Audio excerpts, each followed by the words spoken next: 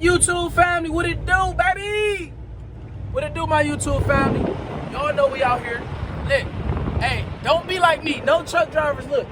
Y'all don't want to be like me, man. I just backed up traffic. I just backed up traffic back there because I missed my turn. But we got this automatic restriction. So y'all know the trucking industry went automatic restriction, or it went more so automatic in CDL school and everything like that. So the 3 pros and cons, or altogether the 6 pros and cons of an automatic restriction in today's trucking world.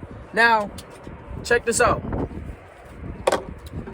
In CDL school, they teach us how to drive an automatic. Well, majority of them, I'm quite sure like 85 to 90%, because it's very hard to find manual CDL schools. And I could understand the reason why. Probably one of the reasons why is because it takes longer. It takes longer for people to adjust.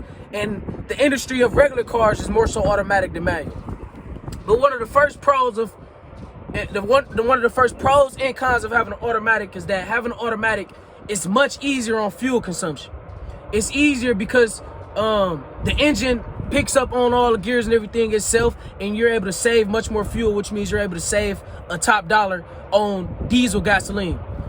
One of the cons I can say is that with an automatic restriction, when you're backing into a dock, it's harder for you to control it when you're rolling back, especially when you're on a hill. And I say that because when I was in my first couple weeks or so with a company, which was Warner, to a dock plate a little too hard. I think I hit the plate, and they ended up telling Warner that I scraped the plate. But it wasn't because of me. I was actually paying attention to it, and I was covering my foot over the brake, but it rolls back because it's automatic. It's not like a manual. Manual, you're able to control it.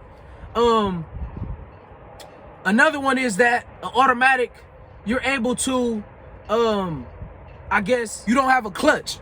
So we know that a clutch can be a whole nother expense, especially in the trucker industry, because you got to know how to shift those gears. You got to know how to, down flow it and all that stuff the guys who know how to drive manuals do. But in my opinion, a downfall of an automatic restriction is that you can't drive every truck. Now, we know in this truck industry, we like to find the cheapest trucks, the best trucks that are cheap and reliable, so that we can get our company going and continue to build our company. And when you have drivers who have an automatic restriction, like some of the new drivers like myself and a lot of us, we're not able to work for certain companies and grow their company, or even grow our own company with manual trucks, because we got that automatic restriction.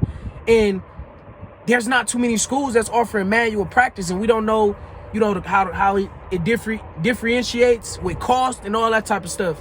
So for me, I got a manual or automatic restriction, and I can't drive both trucks. So when I'm looking for trucks, or I go to auctions or dealerships and I'm looking for trucks, I got to limit myself to only an automatic, and that's, I don't like that.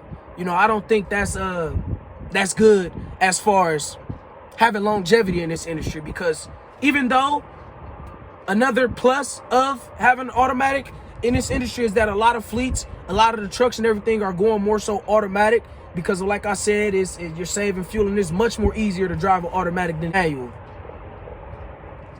So for anybody out there that's getting their CDL right now, or gonna get their CDL, or been thinking about it, I would say, it's a quicker process with the automatic. I've never been to school, but I know a lot of the older cats in this industry, they had manuals, and they like to drive manuals. So if you want to hire people who aren't that versatile, some of these older guys love manuals. Like, that's all they want to drive. And I see why. Like, man, them Peterbilts, them older trucks are sweet. Like, I love to be in them, but I got to get that. I got to get this automatic restriction. And mind you, I got the endorsements. It's a plus to having endorsements, more money, more opportunities. But having that automatic restriction, for a lot of these smaller companies who would 1099 you as being self-employed, they have manuals, because those are some of the trucks that's being shipped out so that people can buy them and get their fleet growing. But if you can find some schools that got, manual, that'd be good, because then you're not limited to only driving an automatic.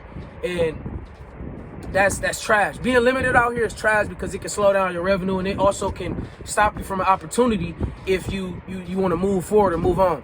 So that's just a few tips and a few pros and cons to the automatic and manual restriction. I know y'all, it's people out there that know a little bit more than me about it. So if y'all can either comment some schools that I probably can go to get a manual, just so I can be able to drive both, and when I go to auctions and stuff, be able to not only buy these trucks, but actually drive them off the lot for the drivers that I'll employ and things like that. So, man, I'm sending peace and blessings to y'all. We're going to continue to move up in this industry. And look, don't forget to get y'all merch, man.